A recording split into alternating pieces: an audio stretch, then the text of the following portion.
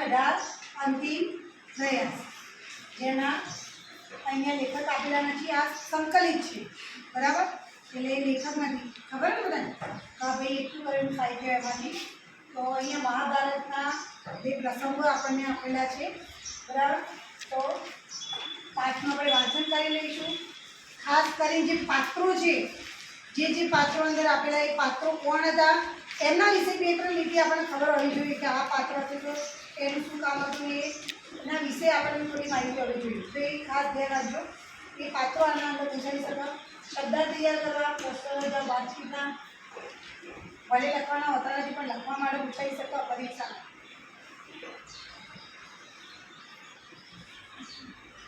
જુઓ કોણે શું કહી રીતે વાંચે લખો. એ ના પૂછે કોણે શું કહ્યું, વાક્ય નહીં પૂછાય પણ એમના વિશે પૂછાઈ શકે. જેમ કે શ્રી કૃષ્ણ વિશે બે વાક્ય લખો.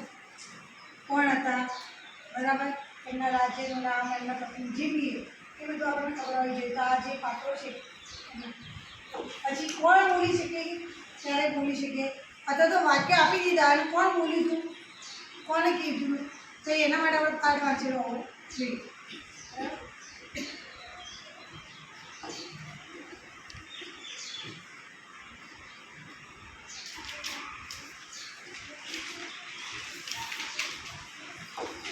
આ મોસ્ટ ટાઈમ બી આ ફરજિયાત આપણે કરાવી પણ તું ખબર હે ને.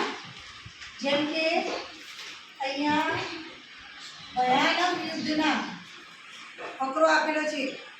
સીધી રીતના નહીં કીધું કે શબ્દાર્થ આપો, શબ્દનો અર્થ આપો. એને પહેલાં એ કહ્યું કે શબ્દાર્થ બહુ જરૂરી છે. આખા ફકરામાં પૂછે. જો આની અંદર શબ્દો આપેલા અહીંયા કૌંસમાં તમને એનો જવાબ પણ આપેલો. તમારે શું કરવાનું કે એનો જે અર્થ છે એની જગ્યાએ મૂકી અને વાક્ય જો બદલાતું હોય તો બદલવાનું, ના બદલાતું એમ એમ લખવાનું. પણ એ ભયાનકની જગ્યાએ આપણે શું લખીશું, ભયંકર. એક ભયંકર યુદ્ધના મંડાર થઈ ચૂક્યા હતા. બસ ફકરો ફરીથી લખવાનું. હવે આવું 5 માર્ક્સનું પૂછાય તો આવડે ને આવડે. શબ્દ આપેલો, અર્થ આપેલો, ખાલી આપણે શબ્દાર્થ એકવાર વાંચેલા બી હોય તો આપણને ખીચડી આવે બરાબર. અને સરસ સારા અક્ષરે ફકરો પડે લખી દેવાનો અંદર મૂકી. અને જે આપણે જવાબ લખ્યો, જે શબ્દનો અર્થ કર્યો એના નીચે મસ્ત પેન્સિલથી અંડરલાઈન કરી દેવાનું એટલે સરસ દેખાય પરીક્ષા. પેન્સિલથી કરવાનું, તાળી પેનનો યુઝ કરવાનો નહીં બરાબર. હાથથી જ આપણે ટેપ કરી દેવાનું. નીચેના વાક્યો વાંચો અને એ શબ્દો શું સૂચવે છે ફરીથી એવી ઈચ્છા. શું સૂચવા એટલે એનો અર્થ જ આપવાનો. સુખિયાણી એટલે શું થાય, ભયાનક એટલે શું થાય, અર્થ ફરીથી આવ્યા. કોઈ શબ્દાર્થ કેટલી રીતે પૂછાય એ જોઈ લો. વાક્યમાં પણ આવી રીતના આપેલું. કરુણા ભરી આંખે જોઈ રહ્યા તો કરુણા ભરી એટલે શું એ કીધું. શું સૂચવાય એટલે તમારે અર્થ આપવાનો. કરુણા ભરી એટલે દયા ભરી બરાબર, પ્રેમ ભરી.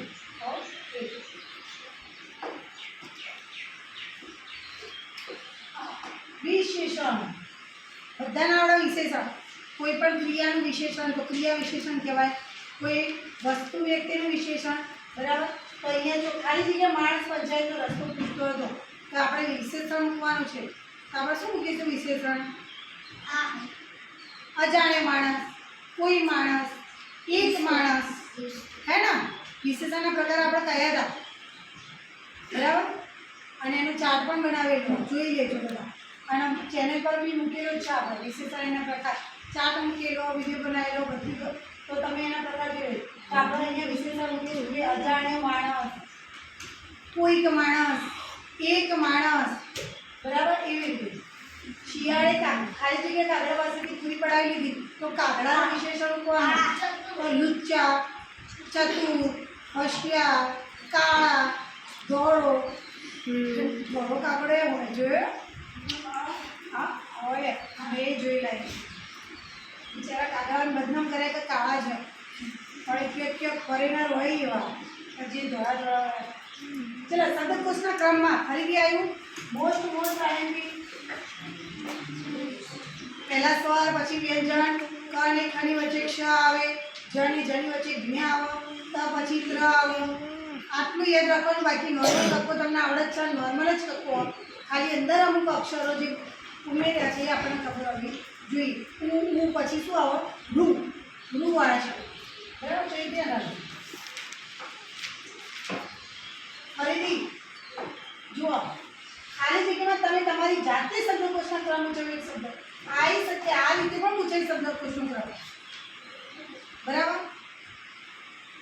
કવિતા અને કુમારને એના વચ્ચે ક પછી કા કી વાળા જે શબ્દો આવે ને, કા વાળા આવે, કી વાળા આવે.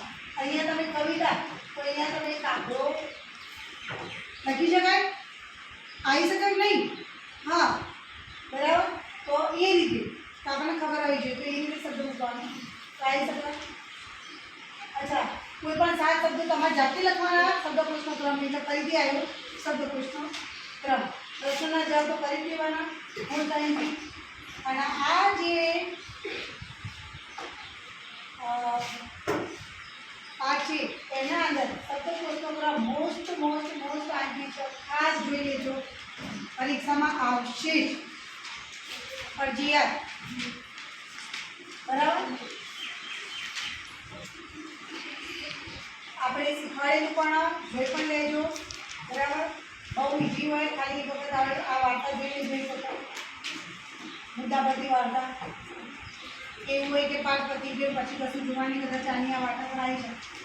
બરાબર.